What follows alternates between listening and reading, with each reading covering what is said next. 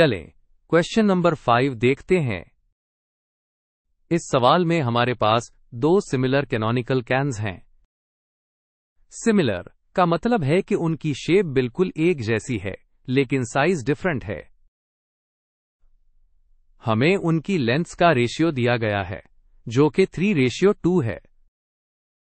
बड़े कैन का surface area 96 square metres है और हमें छोटे कैन का सरफेस एरिया मालूम करना है। स्टेप 1 में हम सबसे पहले दी गई इंफॉर्मेशन को एक जगह लिख लेते हैं। हमें बताया गया है कि कैन सिमिलर हैं, इनकी करस्पॉन्डिंग लेंथ्स का रेशियो 3:2 है और बड़े कैन का सरफेस एरिया 96 मीटर स्क्वायर है।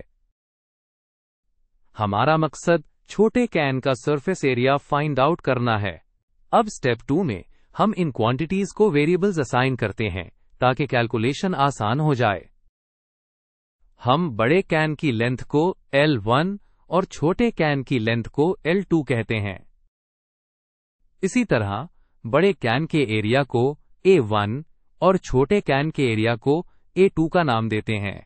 क्वेश्चन के मुताबिक L1/L2 बराबर है 3/2 के और A1 की वैल्यू है 96।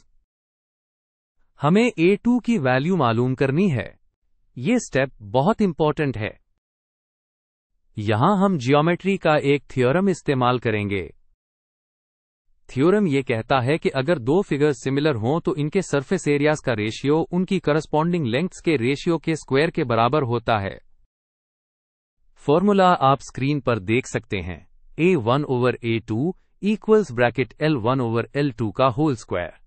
अब हम स्टेप 3 वाले फॉर्मूला में अपनी नोन वैल्यूज डालेंगे। हमें A1 की वैल्यू जो कि 96 है और L1/L2 का रेशियो जो कि 3/2 है पता है। उनको फॉर्मूला में सब्स्टिट्यूट करने से हमारी इक्वेशन बनती है 96/A2 इक्वल्स ब्रैकेट 3/2 का स्क्वायर। स्टेप 5 में हम इक्वेशन की राइट साइड को सिंप्लीफाई करेंगे। हमें ब्रैकेट 3/2 का स्क्वायर निकालना है। जब हम एक फ्रैक्शन का स्क्वायर लेते हैं तो हम न्यूमरेटर और डिनोमिनेटर दोनों का अलग अलग स्क्वायर लेते हैं। तो 3 का स्क्वायर 9 होता है और 2 का स्क्वायर 4। इस तरह ब्रैकेट 3/2 का स्क्वायर बन जाता है 9/4। अब हमारी इक्वेशन सिंप्लीफाई होकर बन गई है 96/A2 इक्वल्स 9/4। अगला स्टेप A2 को सॉल्व करना है। कैलकुलेशन आसान करने के लिए हम A2 को न्यूमरेटर में ले आना चाहते हैं। इसके लिए हम इक्वेशन की दोनों साइड्स का रेसिप्रोकल लेंगे, यानी फ्रैक्शंस को उल्टा कर देंगे। तो हमारी इक्वेशन बन जाएगी A2/96 इक्वल्स 4/9। याद रखें, अगर दो फ्रैक्शंस बराबर हों तो उनके रेसिप्रोकल्स भी बराबर होते हैं। अब A2 को फाइंड करने के लिए हमें इसे अकेला करना होगा। उसके लिए हम इक्वेशन की दोनों साइड्स को 96 से मल्टीप्लाई करेंगे। ऐसा करने से लेफ्ट साइड पर 96 कैंसिल हो जाएगा और A2 अकेला रह जाएगा। राइट साइड पर हमारे पास होगा 4/9 मल्टीप्लाइड बाई 96। इसको हम इस तरह भी लिख सकते हैं A2 इक्वल्स 4 मल्टीप्लाइड बाई 96 और पूरी टर्म डिवाइडेड बाय 9। स्टेप 8 में हम इस फ्रैक्शन को सिंप्लीफाई करेंगे। मल्टीप्लाई करने से पहले हम देखते हैं कि 96 और 9 को किसी कॉमन नंबर से डिवाइड कर सकते हैं या नहीं। इन दोनों का ग्रेटेस्ट कॉमन डिवाइजर 3 है।